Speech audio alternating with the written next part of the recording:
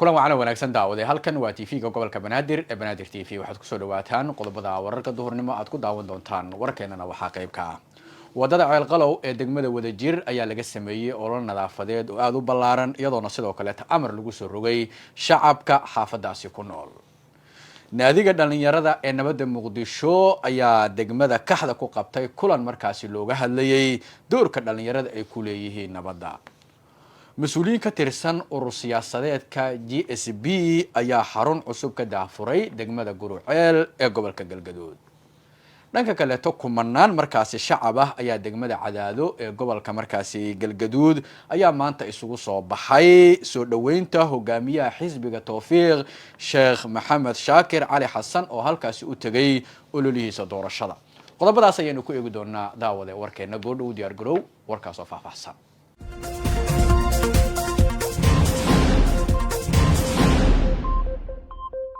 وهاك داود انت سوحي هايين قodobadii wararka ugu door corona haatan waxaad ku soo dhawaataan warkaas oo fidsan oo idin akhriyo anigu ah Cabdiqadar Maxamed Macalin Kalgacal wadada Ceelqalow ee degmada Wadajir ayaa saaka laga sameeyay olol nadaafadeed oo aad u ballaaran iyadoona sidoo kale amar markaasi lagu soo rogay shacabka xaafadaasi ku nool warbixintan waxay noo soo koobaya wariyaheena Farxaan Maxamed Xuseen degmada Wadajir ee gobolka Banaadir gaar ahaan wadada Ceelqalow ayaa saaki waxa laga sameeyay olol nadaafadeed oo baaxad leh iyadoona halkaasi saaka ruurtii ay ku kaleen shaqaale ka mid ah maamulka gobolka Banaadir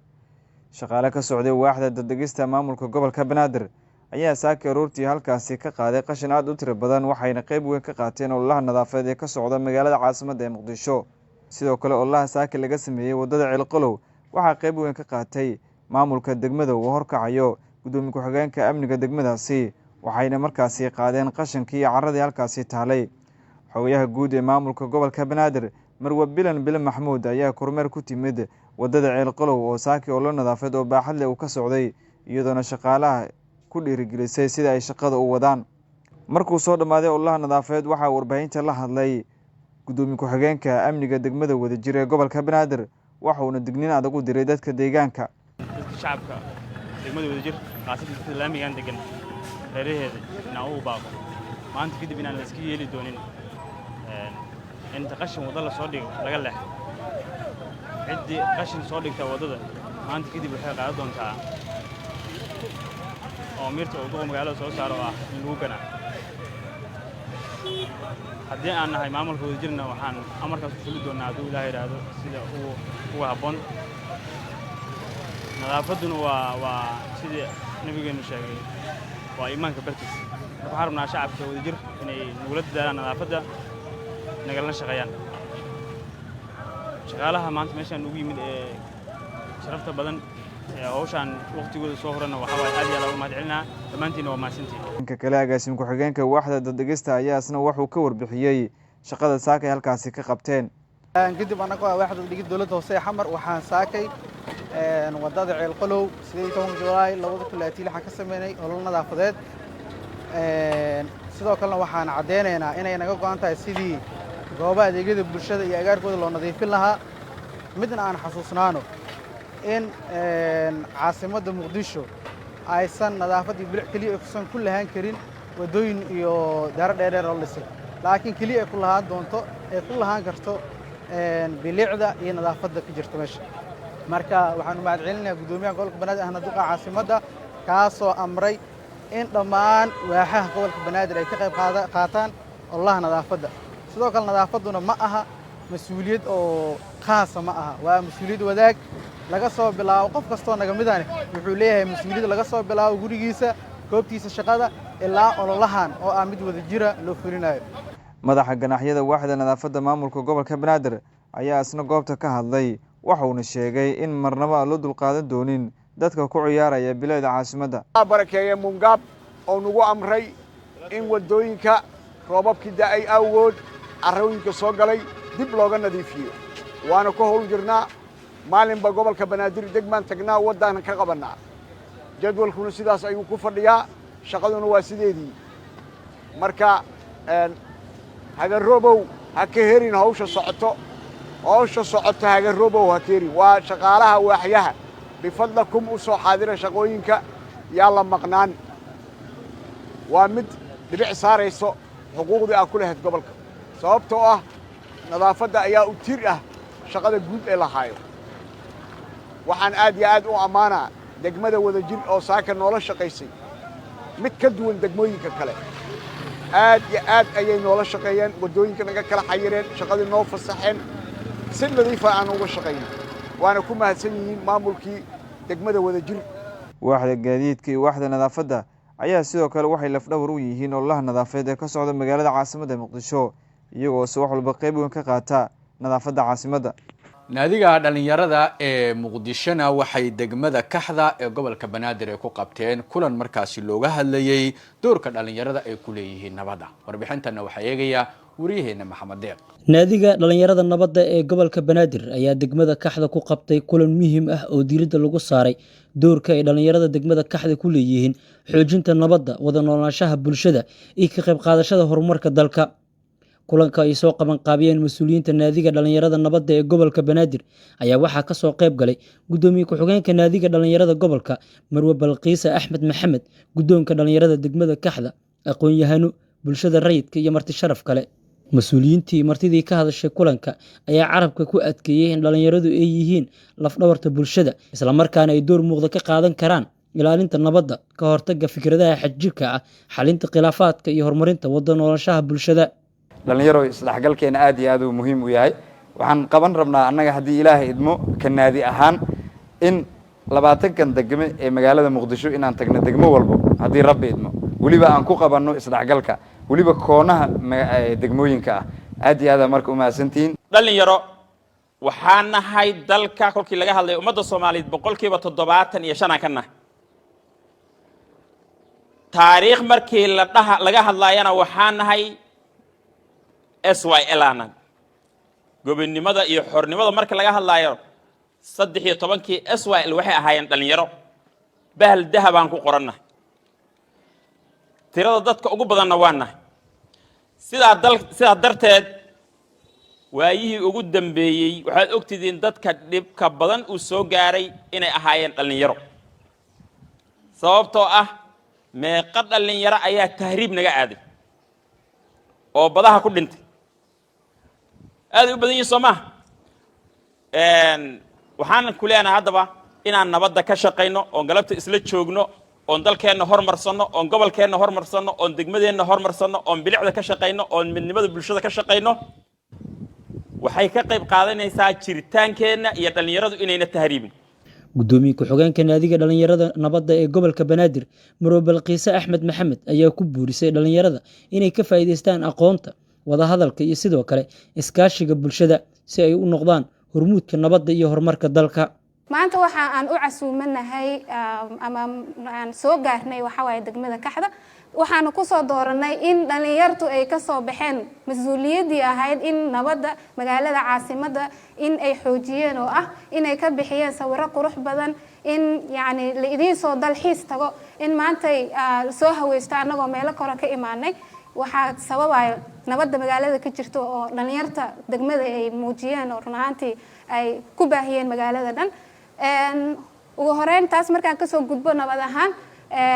dhalinyaradu iyo naadiga sidee u wada shaqeeyaan naadiga horta wuxuu ka shaqeeyaa wacyigelin waxbarashada ha ahaato amniga ha ahaato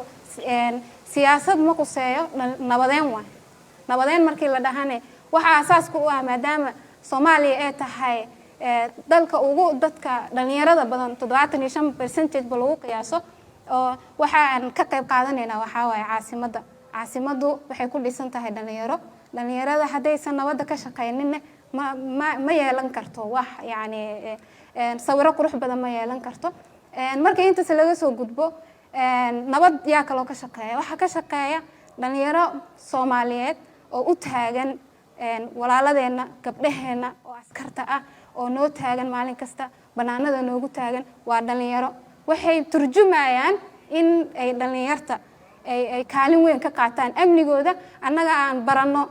aan shaqo tagno aan xaladahay magaaladeena iska damaashaano habeenkii socono maalin socono intaas ba aysan noo kala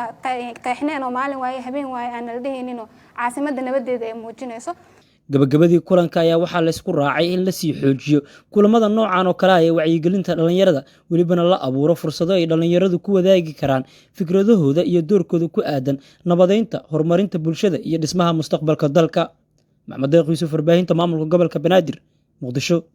mas-uuliyiin ka tirsan urur siyaasadeedka GSB ayaa xarun cusub ka daafuray degmada Guruceel ee gobolka Galgaduud. ugu horeyn munaasabadaasi waxaa ka hadlay gudoomiyaha degmada Guruceel iyo sidoo kale wakiilka gaarka ah ururka GSB ee degmadaasi, kuwaas oo shacabka ugu baaqay inay u diyaar garoobaan doorashooyinka soo socda isla markaana si firfircoon uga qayb qaataan geedi socodka doorashada. ugu dambeynna xogayaha ku-xigeenka ururka siyaasadeedka GSB Xuseen Maxamed Dhegaweyne ayaa isagana sheegay in ururka uu kalsooni ku qabo taageerada shacabka, isagoona markaas ugu baaqay bulshada inay maalinta doorashada isugu soo baxaan codkoodana markaas la siiyo ururka GSB. ku soo dhawaada degmada Guruceel,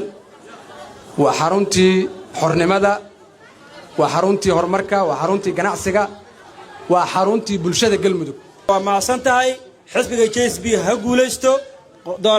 doorasho qof iyo cod la aaday. Guruceelna awoodeeda iyo baawarkeedu waa GSB, cabsi ha ka qabanina. aan u wada istaagno inaan taageerno xisbinimada, inaan wada taageerno doorashada, aan u wada istaagno. haddaan nahay GSB waxaan rabnaa reer Guruceel inaan ka codsanno in maalinta doorashada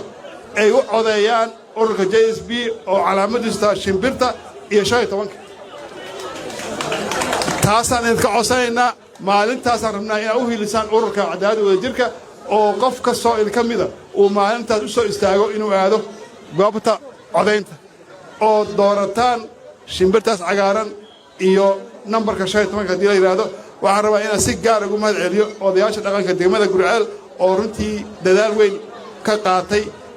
una taagan in degmadaanu ay ahaato degmo nabada, qurux badan, horumarsan iyo maamulkooda iyo shacabweynahooda. waa hagaag. dhanka kaleeto iyadana waxaan fiirin doonaa kumanaan ka mid ah shacabka degmada Cadaado ee gobolka Galgaduud ayaa maanta isugu soo baxay soo dhaweynta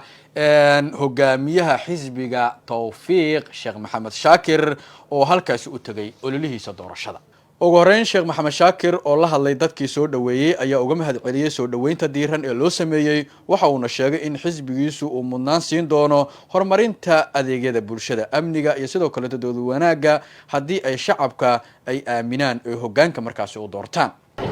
waxaan leenahay oo Soomaaliya oo dhan ku soo dhaweynaynaa, tusinaynaa beesha caalamka qofkii yiraahdo Soomaaliya ayaku isma xoreyn karaan waan soo beeninay. waa iska xoreeyeen khawaarijtii, meelaha yarka ay ku hareenna waa la daba joogaa. Galmudug waxay u socotaa horumar, waxaa ka dhacaya doorasho qof iyo cod ah. maalmaha soo socda inaad u diyaar garowdeen, annakuna aan ka midnaha ururada u diyaar garoobay, aadan ugu faraxsanna. markii ay ku dhawaaqday dawladda federaalka Soomaaliya doorasho waxaan qabanaynaa qof iyo cod ah, waan ajiibnay. ururadii way ajiibeen, waa soo dhaweeyeen, waana u tartameen,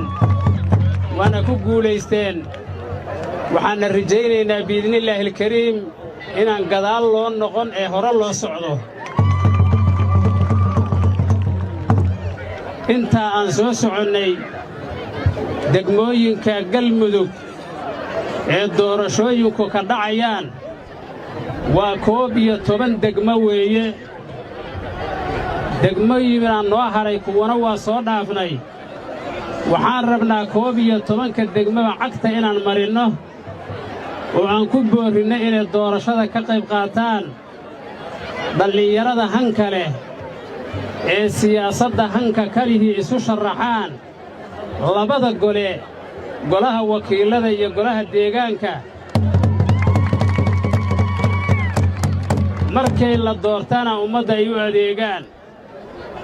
oo ay u khidmeeyaan. taas ayaan aad iyo aad ugu dhiiri gelinaynay. ururka Tawfiiq oo anigu aan ka ahay hogaamiyaha, runtii wax kale looma aasaasina, waxaa loo aasaasay ummadda inuu adeego. u khidmeeyo ayaa loo aasaasay halkan waxaa taagan xildhibaanno fara badan oo uu soo saaray ururka tawfiiq oo munaasabadatan wax ka abaabulahaya inta aan socday sida ciidanku iila socdeenna iila socday degmo kastana ay ka soo bixi doonaan oo galmuduga ayakoo wakiilladii istayidka ah ayakoo golihii deegaankoo degmooyinka ah intaasina isgarabsanayaan oo walaalo wada dhasho ay isu jeclaanayaan waxaan leennahay ha la soo dhoweeyo doorashada qof iyo cod ah ha lagu tartamo dawladdana waxaan ka codsanaynaa inay xor iyo xalaal noqotaan ka codsanaynaa oo qof walbaa hiba uu is yidhaahdo markii codkiisa laga baryo qaaliyaa taa uu is yidhaahdo guriga inta lagu garaaco la yidhaahdo codkaaga isii ee markaa codkiisii ou dhiibto laguna adeego qof walbaa hiba waa qiimoobayaa aan dadkeenna marka qiimo u yeelno qadarin aan u yeelno aan hormarinno aan u abuurno walaalaha dhallinyarada ah ee da'yarta ah ee ku soo dhacayo tahriibku